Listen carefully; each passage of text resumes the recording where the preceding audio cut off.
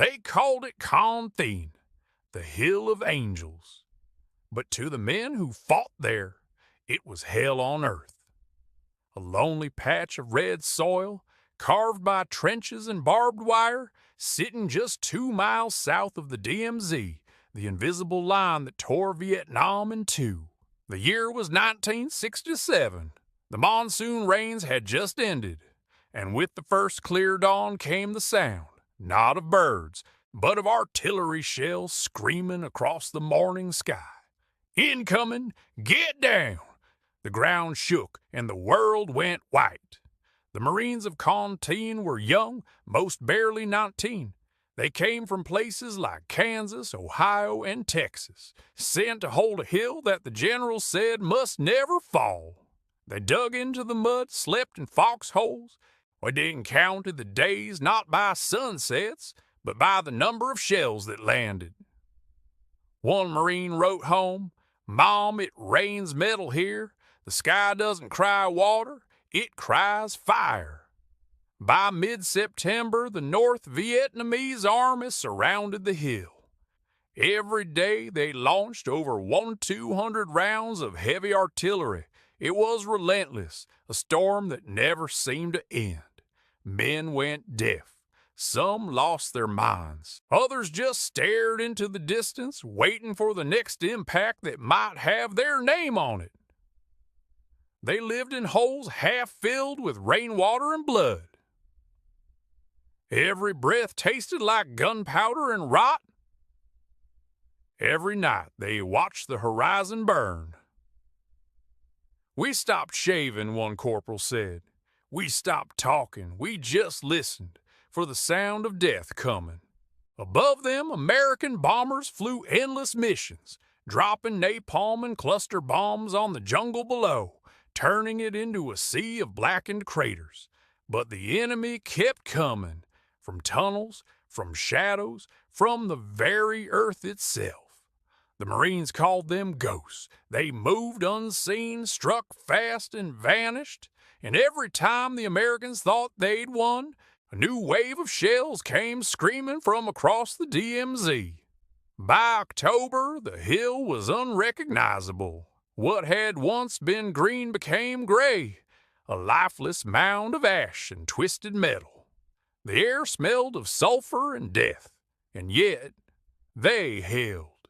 Through fever, hunger, and madness, they held, because orders said Con Thien must not fall. When the relief forces finally reached them, they found men who looked more like ghosts than soldiers, eyes hollow, skin burned, voices gone. "Sir," one Marine whispered, "we're still here, but we left pieces of ourselves behind." The battle for Con Thien didn't change the map. No great victory was declared, but it changed something deeper. It broke the illusion of invincibility. Back home, the press began to ask, "If we can't even hold one hill without losing our souls, what are we fighting for?" Today, Con Thien is quiet. Grass has grown over the craters. The trenches are gone, the barbed wire rusted, but the soil still remembers. And when the wind passes over that lonely hill, it carries the echoes of voices, young, scared, and proud. Con Thien, they called it, the Hill of Angels. But the angels never came, only the fire did. The shell storm. There's a kind of silence that only exists after an explosion. The air doesn't move, the ground trembles, and for a moment, just a moment, you think you've gone deaf. That was Con Thien, day after day, not a battlefield, a nightmare carved into the soil. Between September and October 1967, U.S. Marines endured some of the heaviest shelling in modern warfare. Over 40,000 artillery rounds rained down on a patch of land no bigger than a football field. One Marine wrote in his diary, "We stopped counting shells. We started counting survivors." They lived underground, in holes, trenches, anything that could keep the shrapnel away. Rats chewed through rations. Rain mixed with blood and turned the ground into red mud. The heat by day was unbearable. The cold by night was merciless. But worse than all of it was the waiting. Waiting for the next shell. Waiting for a name to be called over the radio. Waiting to find out if your friend still had a face. Letters from Thien rarely made sense. Some were just a few words. Others were pages of rambling thoughts written between barrages.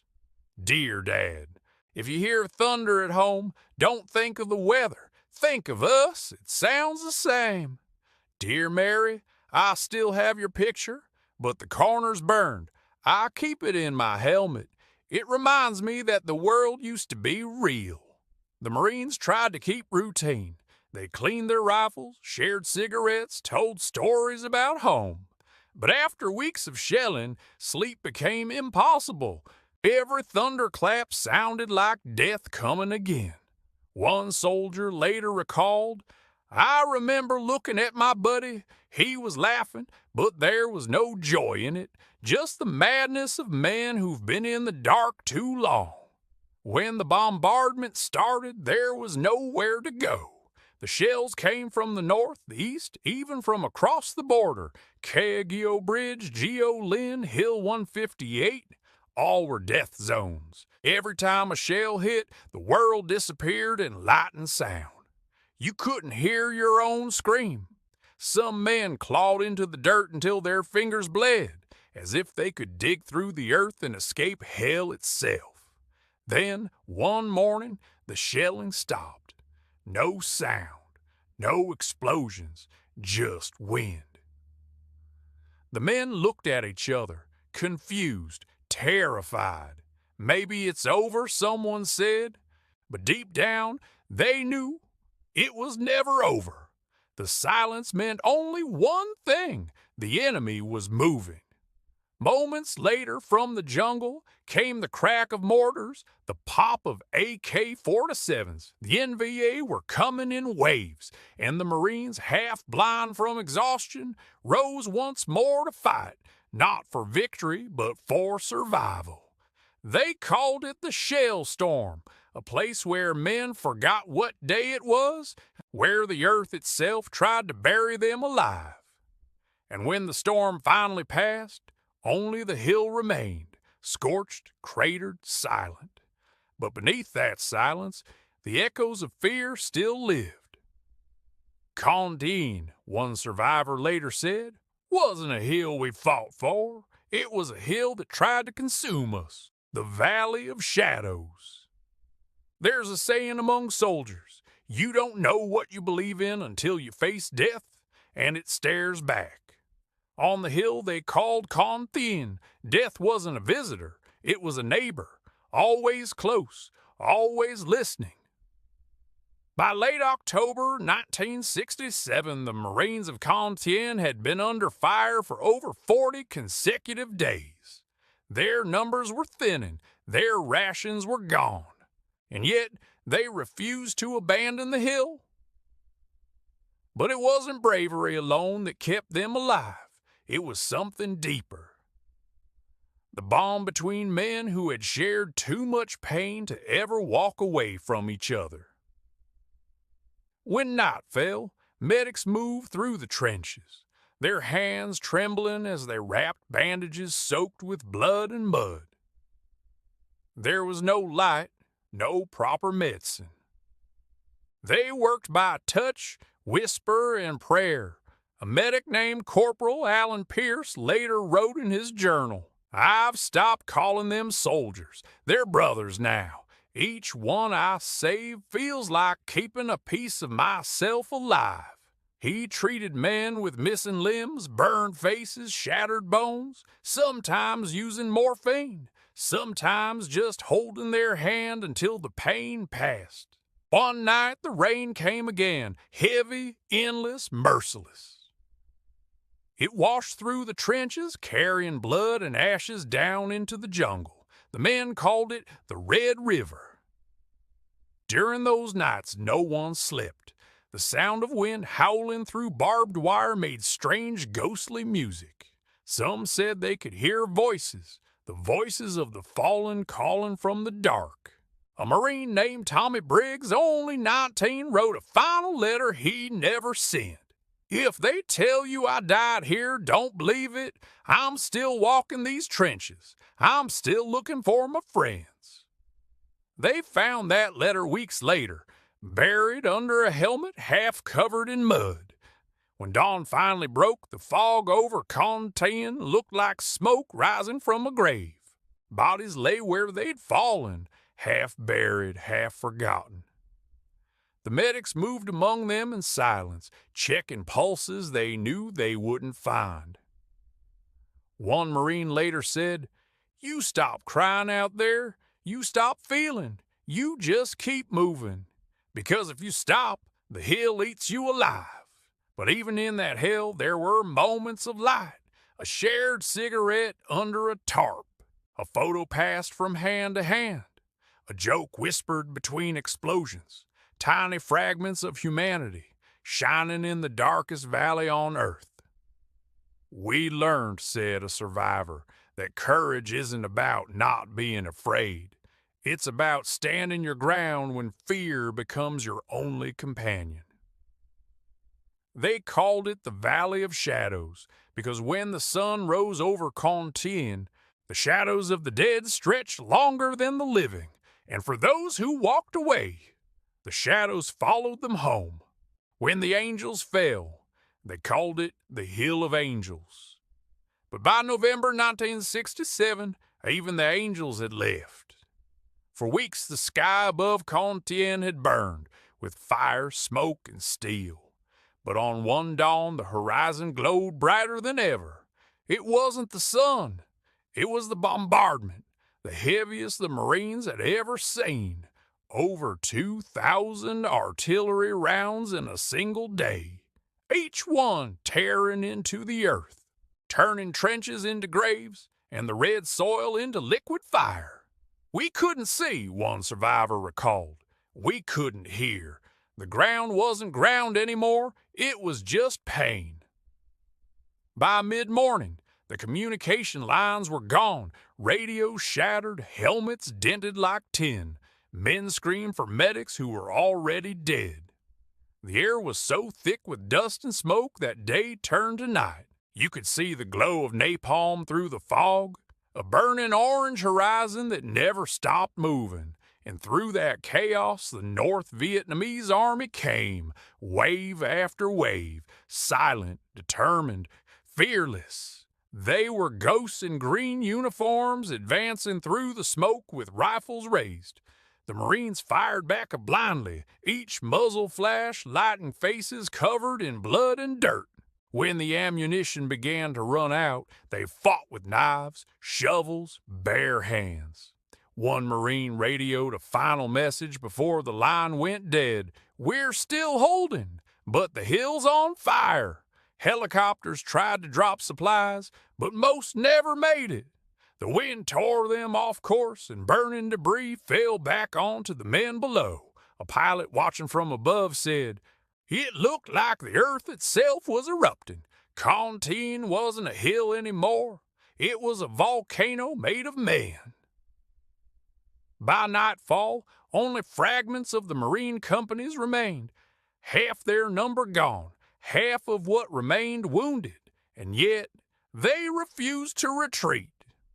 They lit small fires to mark the wounded, used helmets as stretchers, and whispered the names of the lost, like prayers against the thunder. "No man left behind," one sergeant said, even as he dragged his dying friend through the mud. When the shelling finally stopped, after 43 hours, nothing moved. No birds, no engines, no voices. Just smoke rising over the hill, curling upward like a soul leaving the body of the earth. That day, one Marine said, the angels didn't fall from heaven. They crawled out of the mud, and they never went back. They survived. Barely, but the cost was beyond numbers. Thien didn't fall because of strength or strategy. It survived because the men on that hill had already given everything they had to give. When the smoke cleared, all that remained were silhouettes, young men standing among ruins, too exhausted to cheer, too haunted to cry. And the hill, once called the Hill of Angels, now had another name, Hell's Post. We held it, said the last Marine to leave, but none of us ever really left. Ashes and echoes, when the fire finally died, the world was silent. Thien was no longer a hill, it was a scar. The bunkers had collapsed, the trenches were filled with ash. And scattered among the ruins were helmets, rifles, and names. Some names would never be spoken again. Others would echo through time, whispered by those who crawled out of the inferno alive. For the Marines who walked away from that hill, survival didn't mean victory. It meant carrying it.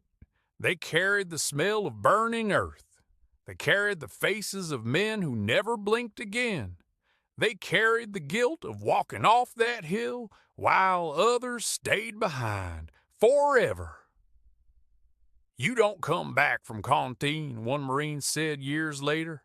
You just learn to live somewhere else. Back home, the world had moved on. People were debating the war, arguing about numbers and policies. But for the men of Thien, there were no debates, only memories. They'd wake in the night to thunder and think it was incoming fire. They'd flinch at fireworks and taste the red dirt again on their tongues. Every 4th of July, said one veteran, I see the sky light up, and I go right back to the hill. Years passed. The jungle grew back over the cratered land. Grass hid the bones, rain washed the blood away. But Thien remained, not on the map, but in the hearts of those who stood there. In reunions, they would talk softly about it, not about fear, not about orders, but about each other. We were just kids, said another survivor. Kids trying to hold up the world. And somewhere in Vietnam, the red dirt still hides their footprints, the prints of 600 men who stood against thousands. Men who didn't fight for glory or for headlines. They fought for the man next to them and for the right to see one more sunrise. Thien wasn't about winning, a Marine said in an interview. It was about surviving long enough to remember those who didn't. Today, if you stand on that hill, the jungle is quiet. But if you listen closely, you might still hear the echoes, a distant cry, a burst of gunfire carried by the wind, and the heartbeat of a generation that refused to be forgotten. Thien, the hill that burned forever.